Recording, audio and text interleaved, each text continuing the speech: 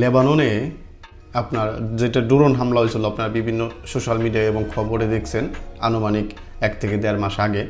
তো সেখানে যে ড্রোন হামলাটা করছিল সেটাই কিন্তু তারা পরে সার্কুলার করছিল বিভিন্ন সোশ্যাল মিডিয়া এবং বিভিন্ন খবরের সূত্রে জানা যায় কিন্তু ওইখানে হামাসের একজন বড় কর্মী ছিল, তাকেই মূলত তারা অ্যাটাক করছে এবং মারার জন্যই কিন্তু ওই বোমা হামলাটা করছিল। সেটা কিন্তু পরবর্তীতে বিভিন্ন সোশ্যাল মিডিয়া বিভিন্ন খবরের চ্যানেলগুলোতে কিন্তু প্রকাশ করছে। এখন রিসেন্টলি গত পরশু দিন কিন্তু আবার ইসরায়েলি হামলা করছে কিন্তু লেবানন বাইরুতের দাহি এলাকায়।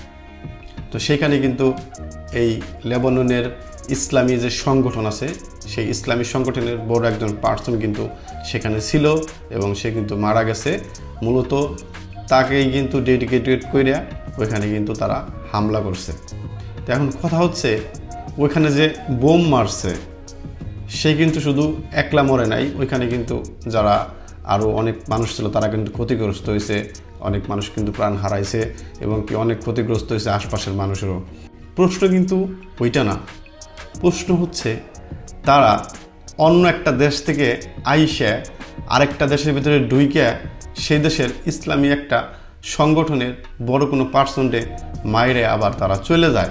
তারপরে যদি তারা বলে যে তাকে ডেডিকেট করে মারা হয়েছে এবং এটা কোনো যুদ্ধের পূর্বাভাস না, এইটা কি মাইনে নেওয়ার মতো কথা? বা এটা কি কোনো জাতি বা কোনো দেশ এটা কি মাইনে নেবে যে তার দেশের যদি কেউ যদি তার দেশে আইসা তার দেশে ঢুইকে বড় একজন পার্সনকে মাইরে আবার চলে যায়?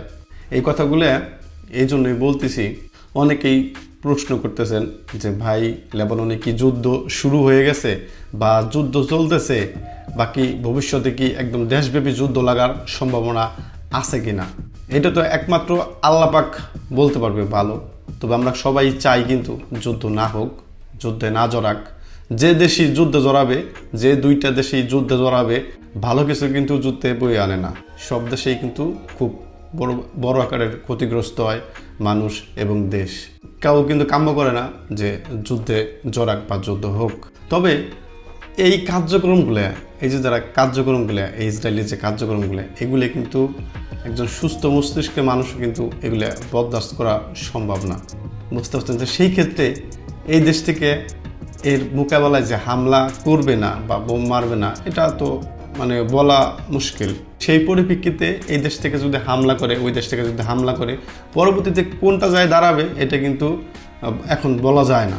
বুঝতে পারছেন? তো এরকম একটা পরিবেশ কিন্তু বর্তমানে চলতেছে এই দেশটাতে, আর সবাই কিন্তু অনেক আতঙ্কের ভিতরে আছে।